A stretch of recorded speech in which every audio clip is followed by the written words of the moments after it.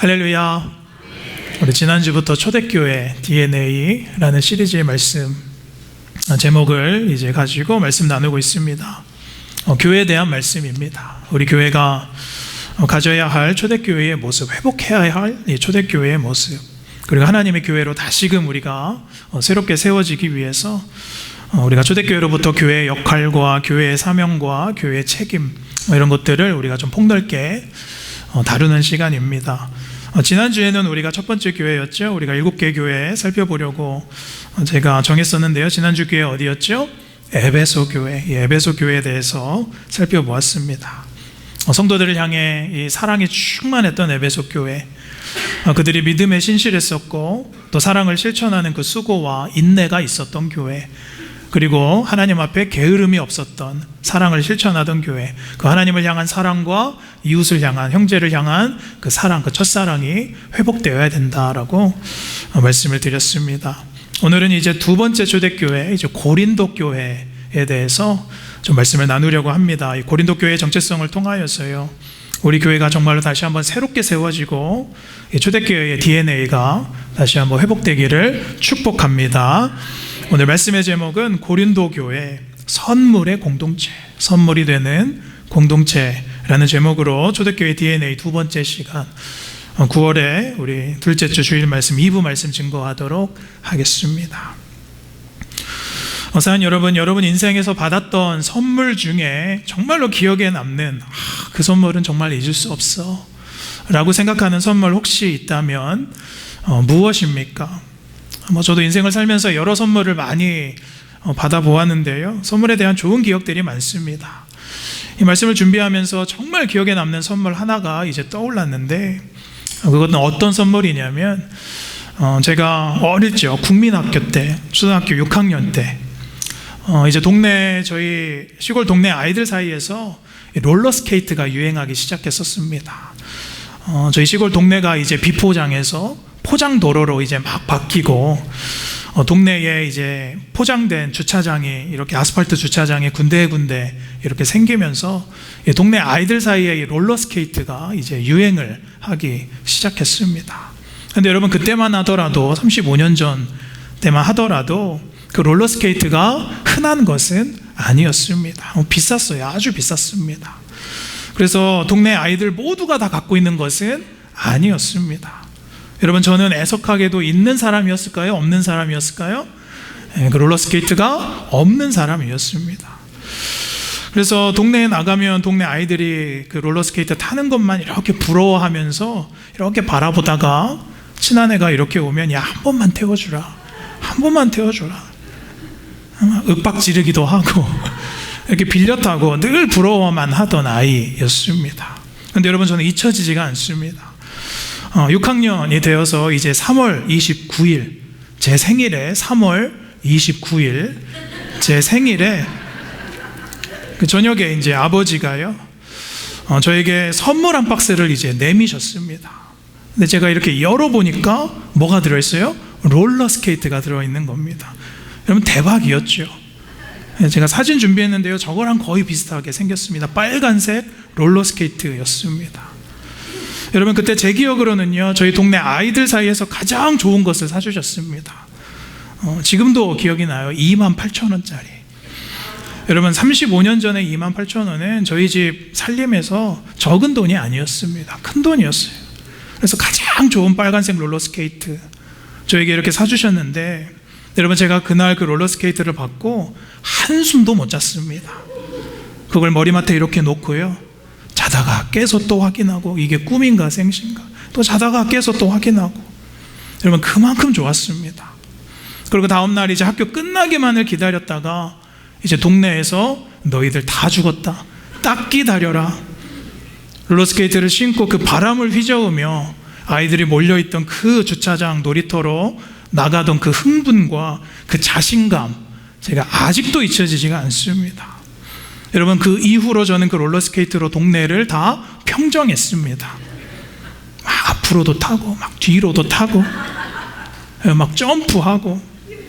여러분, 그 선물 하나로 동네에서 아무것도 아니었던 이 쭈구리 아이가 가장 주목받고 가장 두드러지는 아이로 변했다는 것이죠.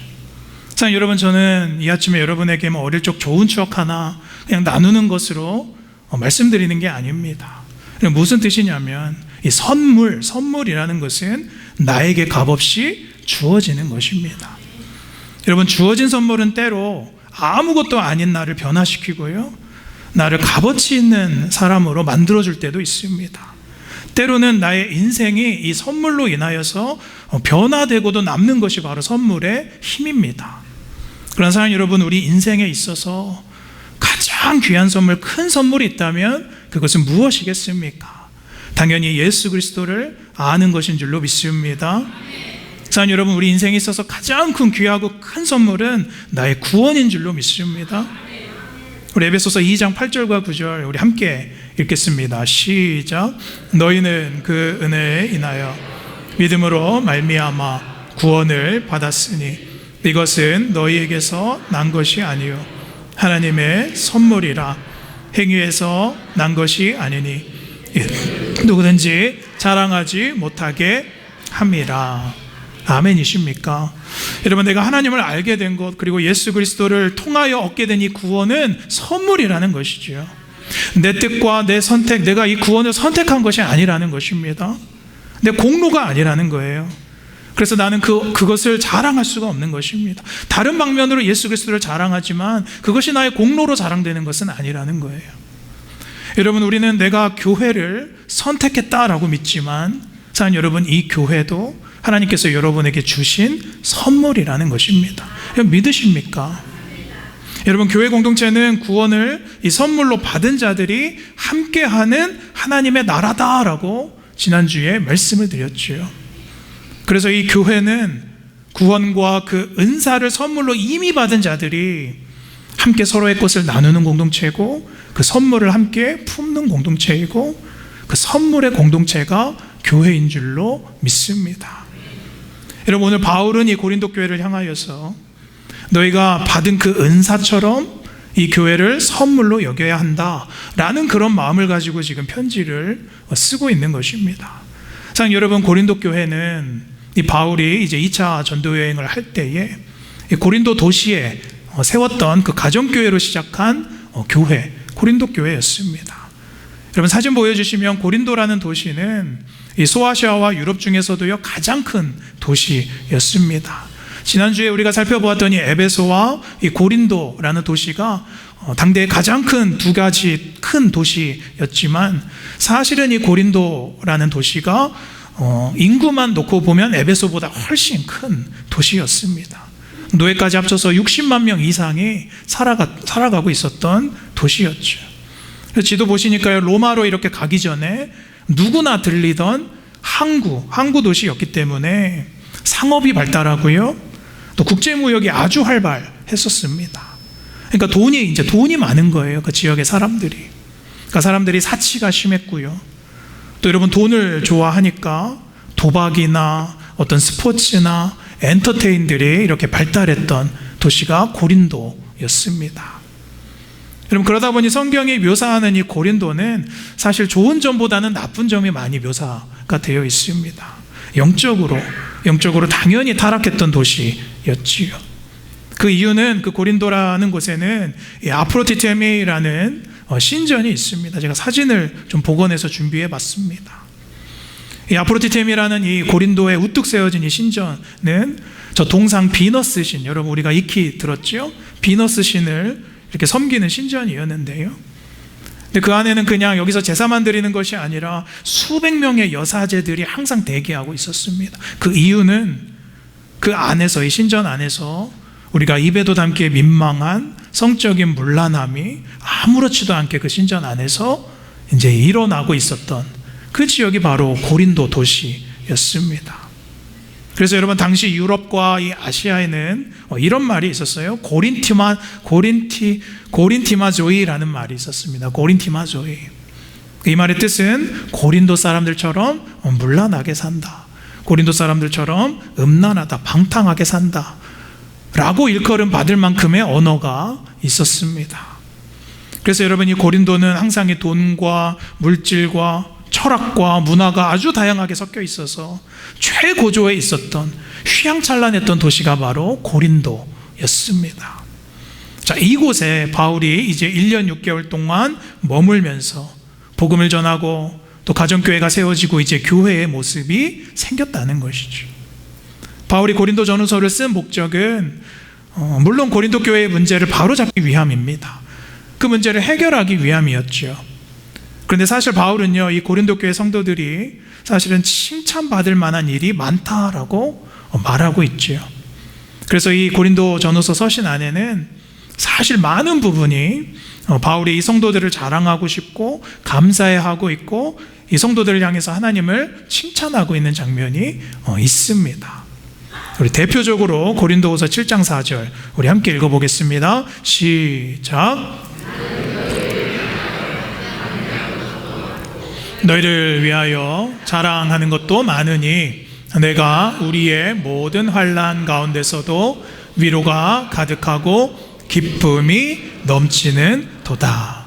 이 말씀을 통해서 뭘 알 수 있어요? 바울은 이 고린도 교회에 문제가 많다는 것을 알고 있었지만은 사실은 고린도 교회를 생각하면 감사하고 또 칭찬받을 만한 또 자랑할 만한 일이 많다는 그 DNA를 우리에게 지금 보여주고 있는 것이죠. 자, 그런 마음으로 이제 고린도 교회를 향해서 바울이 편지를 씁니다. 우리 4절 말씀 한 번 더 읽어보겠습니다. 시작. 그리스도 예수 안에서 너희에게 주신 하나님의 은혜로 말미암아 내가 너희를 위하여 항상 하나님께 감사하노니. 여러분, 바울은요, 이 고린도 교회 성도들을 생각할 때마다 감사하고 기쁨이 넘친다라고 하는 거예요. 무엇 때문이지요? 너희에게 주신 하나님의 은혜로 말미암아. 여기서 이 은혜라는 것은 이 카리스라는 단어입니다. 하나님께서 너희에게 베푸신 그 선물들로 말미암아. 여기서 이 은사라는 단어, 카리스마라는 단어가 왔어요.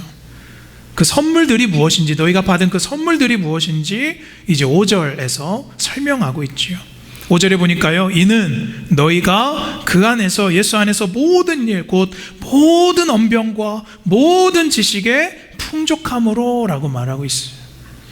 사실 여러분, 고린도 교회 성도들은요, 지식 수준이 아주 높았다는 거예요. 그리고 언변이 막 좋았어요.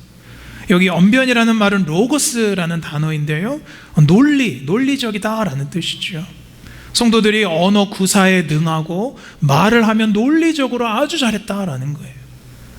지식과 지혜도 어느 도시 사람들보다 빠질 데가 없고 너무나 뛰어났던 사람들이 고린도 사람들이었어요. 그것을 바울은 지금 이것은 하나님의 은혜다, 이것은 하나님의 선물이다 라고 말하고 있죠. 그런데 그 선물을 주신 이유를 또 6절에 바울이 말하고 있습니다. 우리 6절 함께 읽어봅시다. 시작. 그리스도의 증거가 너희 중에 견고하게 되어. 여러분, 이 은혜와 선물을 주신 이유를 그리스도를 증거하기 위함, 그리스도를 나타내기 위한 선물들이다 라고 말하고 있는 거예요. 너희가 가지고 있는 그 은사들과 그 은혜들로 말미암아 주어진 것인데, 그 은사로 그리스도가 나타나고 그리스도의 증거가 견고하게 나타나고 있다라고 말하고 있는 것이죠. 그리고 바울이 이제 7절에 한 번 더 명확하게 말합니다. 우리 7절 보니까요, 너희가 모든 은사에 부족함이 없이 우리 주 예수 그리스도의 나타나심을 기다림이라 라고 말하고 있어요. 사랑하는 여러분, 이것은 최고의 칭찬입니다. 너희가 그 받은 그 부족함이 없는 은혜로, 그 은사들로 인하여서 너희가 함께 예수 그리스도를 증거하고 그분의 다시 오심, 이 재림을 기다리고 있구나 라고 말하고 있는 거예요. 그리고 8절에 예언하죠. 너희가 받은 은혜, 그 은사로 이룬 이 공동체가 주님 오시는 날에 책망받지 않도록 견고하게 하실 것이다.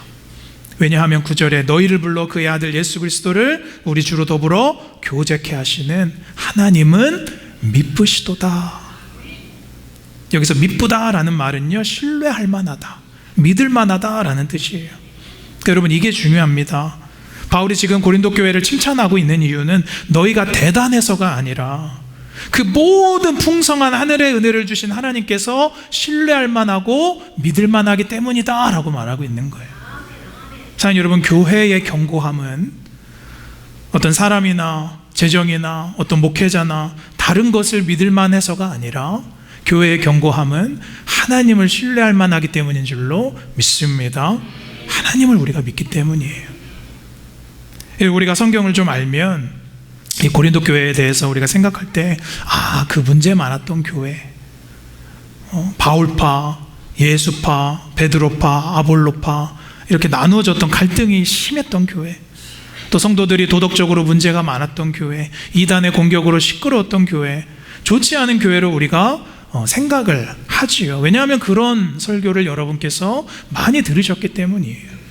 그러나 여러분, 사실 이 고린도 교회는 먼저는 하나님께서 주신 그 은혜가 풍성하고 성도들의 은사와 지식과 풍성함이 넘쳐났던 바울에게 칭찬받는 교회였다라는 것이죠. 바울이 자랑하던 교회가 고린도 교회였다는 겁니다.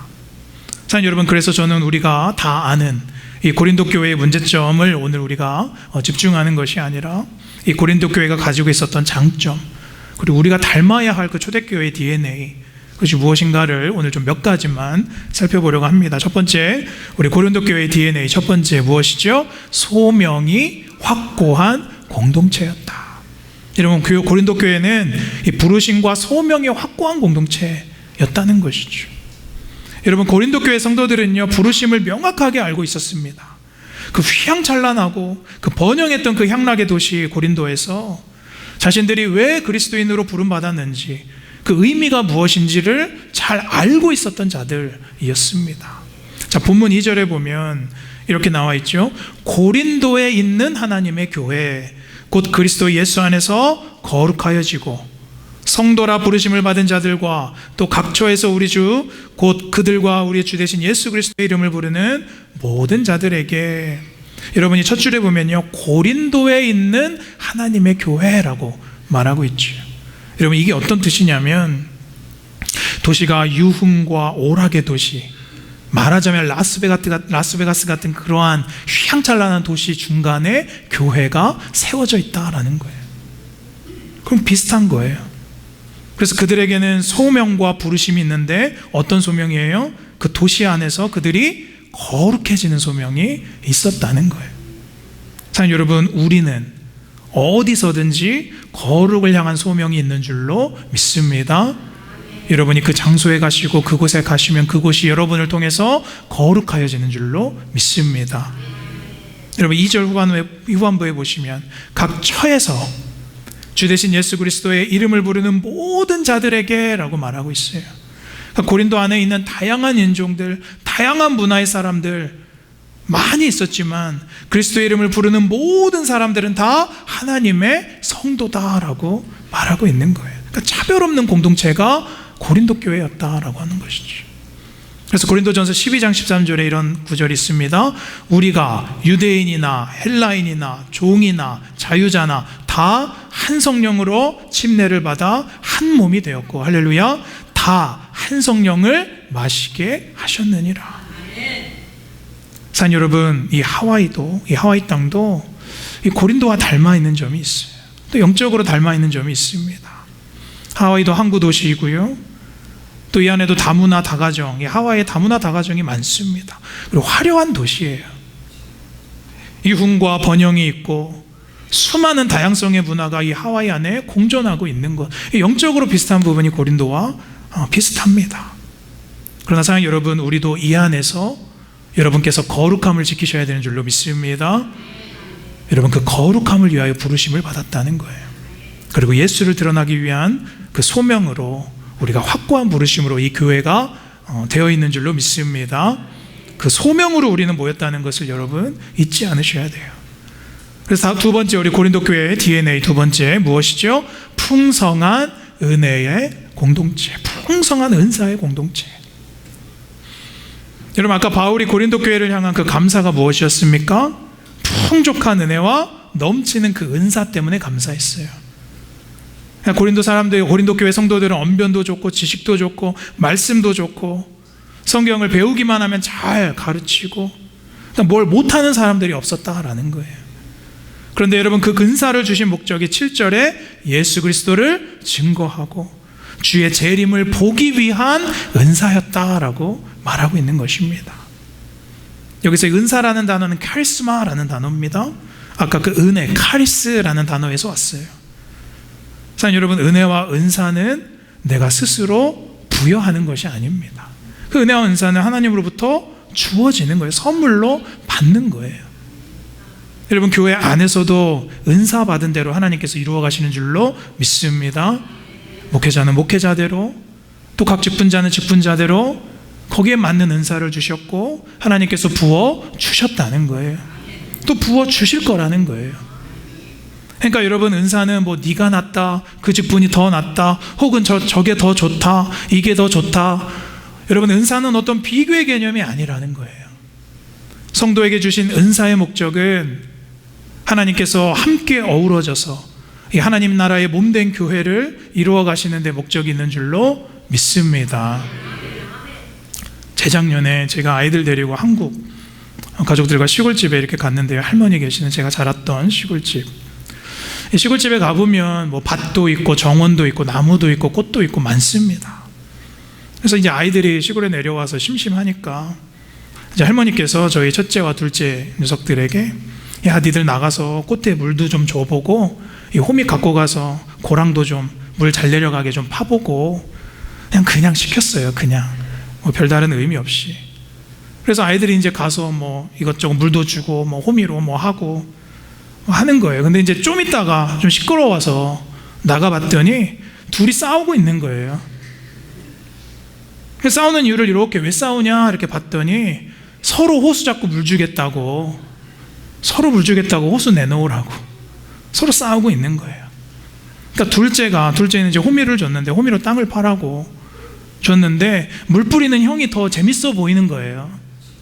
그게 더 그럴듯해 보이고, 그러니까 나에게 준 호미는 버리고 싶고 저 물 주는 호수를 붙잡고 싶은 거예요. 그래서 둘이 티격태격 싸우고 있는 거예요. 여러분, 잘 보세요. 할머니는 그 정원을 위해서 나름 해보라고 역할을 주었어요. 아이들에게 주었어요. 근데 여러분, 사실은 그 아이들 아니어도 그 정원 관리되는 것은 아무 상관없습니다. 사실은 아이들에게 기쁨을 주기 위해서 그 아이들에게 역할을 준 거예요. 여러분, 하나님 입장에서는요, 누가 호미를 들고 누가 삽을 들고 누가 물 뿌리는지는 그렇게 중요한 것이 아니라는 거예요. 우리에게 완벽한 것을 기대하지도 않으시고요, 어차피 어지러 놓으면 마지막에 어른이 나가서 정리를 해야 되는 거예요. 사랑하는 여러분, 하나님의 마음은 이 교회 안에서 서로를 주장하지 않는 거예요. 어우러져서 나가는 것이 하나님의 마음인 줄로 믿습니다. 여러분, 그것이 풍성한 은사로 이루어지는 공동체라는 것입니다.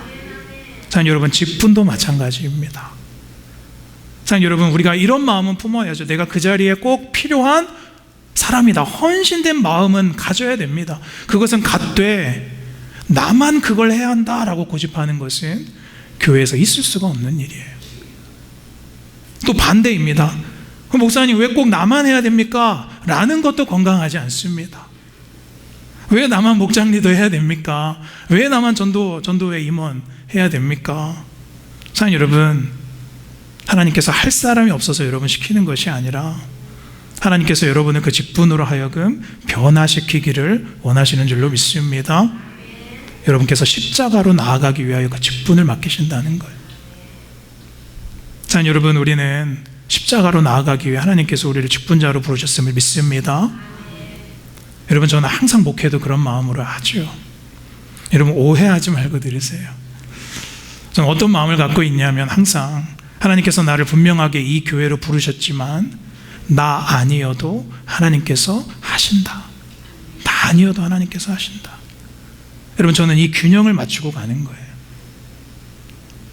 나는 원래 스케이트가 없던 사람이다. 나는 아무것도 없던 사람인데 하나님께서 나에게 자격을 부어주셨고 또 역할을 선물로 주셨으니 내가 죽도록 충성하되 내가 아니어도 하나님께서 하신다. 여러분, 그 마음으로 섬기고 있는 것이죠. 사랑하는 여러분, 동일한 마음 품게 되시기를 축복합니다. 그 반대가 되는 순간 공동체는 어려워지는 거예요. 그럼 공동체는 누군가의 아집이 되고 고집이 되어서 결국 고린도와 같은 문제가 생길 수밖에 없는 거예요. 여러분, 결국 바울은 고린도 교회를 향해서 너희가 받은 그 은사를 통해서 성령께서 하나가 되게 하신 것을 지켜야 한다라고 말씀하고 있는 거예요.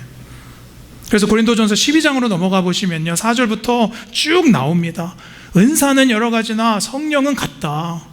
직분은 여러 가지나 주는 같으시다. 또 사역은 여러 가지나 모든 사람 가운데서 이루시는 하나님은 같으니 지식과 지혜의 말씀, 병 고치는 은사, 예언함, 각종 방언, 통역 다 은사로 받았지만 11절이 중요합니다. 11절 함께 읽겠습니다. 시작.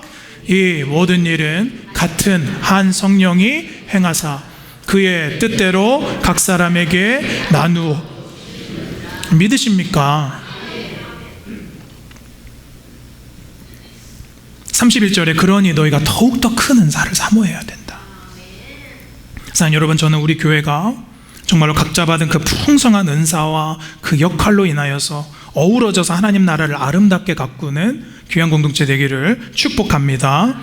그 이유는요, 오늘 말씀 7절에 있어요. 너희가 모든 은사의 풍족함은 그리스도의 나타나심을 기다리기 위함이다. 그 주의 재림을 기다리기 위함이다. 그 견고한 뜻을 끝까지 우리가 품게 되시기를 축복합니다. 자, 그런 의미에서 오늘 고린도 교회를 통해서 우리가 한 가지 교훈만 살펴보면 좋겠습니다. 우리 함께 읽겠습니다. 시작. 공로의 힘이 아니라 은혜의 힘으로 교회가 세워집니다. 공로의 힘이 아니라 어떤 힘으로요? 은혜의 힘으로 교회가 세워진다라는 거예요. 여러분, 공로의 힘은 내가 한다라는 것이고 은혜의 힘은 하나님께서 나를 통해서 하신다라는 거예요. 여러분, 고린도 교회는 하나님께 은사를 풍성히 받았어요. 그러나 나중에는 자신들의 공로를 주장하고 자신들의 공로로 생각하다가 교회 안에 분쟁과 갈등이 생겼던 교회가 고린도 교회예요. 자, 여러분, 교회는 나의 공로를 쌓는 것이 아니라 받은 은혜를 쌓아서 하나님께 드리는 곳이 교회인 줄로 믿습니다. 이 은사를 얘기하면 성도님들 많이 말씀하세요. 목사님, 저는 할 줄 아는 게 없습니다. 할 줄 아는 게 없어서 뭘 할 수가 없어요. 사랑하는 여러분, 괜찮습니다. 그냥 그 자리에 참여하시고 그 자리에 가만히 있어 주시는 것도 은사예요. 여러분, 우리는 생각보다 가만히 있는 거 못합니다. 가만히 옆에서 이렇게 지켜보고 하는 사람 잘한다 칭찬해주고 기다려주는 것, 그것도 은사 없이는 못합니다. 여러분, 목장에서 점심 준비할 때 옆에서 가만히 지켜보고 있는 거 힘들어요? 안 힘들어요? 힘들어요, 여러분. 저기 설탕 좀 더 넣어야 되는데, 저기 소금 좀 더 들어가야 되는데, 저 지금 뒤집어야 되는데. 참, 여러분, 생각보다 봉사하고 헌신할 때 가만히 참아주는 거 되게 어렵습니다. 여러분, 그것도 은사예요. 그래서 여러분, 참여하면서 내가 양도하고 양보하고 함께 있어주는 것이 은사라는 거예요. 그래서 바울은 8절에 그 은사를 끝까지 지켜서 주님 오시는 날에 책망할 것이 없는 자로 그리스도와 더불어 교제하라 라고 나오고 있어요. 사랑하는 여러분, 교제와 잔치에 참여하게 되시기를 축복합니다. 여러분, 정말로 하면 안 되는 것은 여러분, 내가 참여하지도 않으면서 앞서서 하지도 않으면서 불평과 비난만 하는 어리석은 자 되지 않게 되시기를 축복합니다. 그럼 주님께 책망받아요. 누가복음 15장 25절에 32절 보면요, 돌아온 탕자의 형이 아버지께 돌아온 그 동생을 위해서 베풀었던 그 동네 잔치에 화가 나요. 분노를 해요.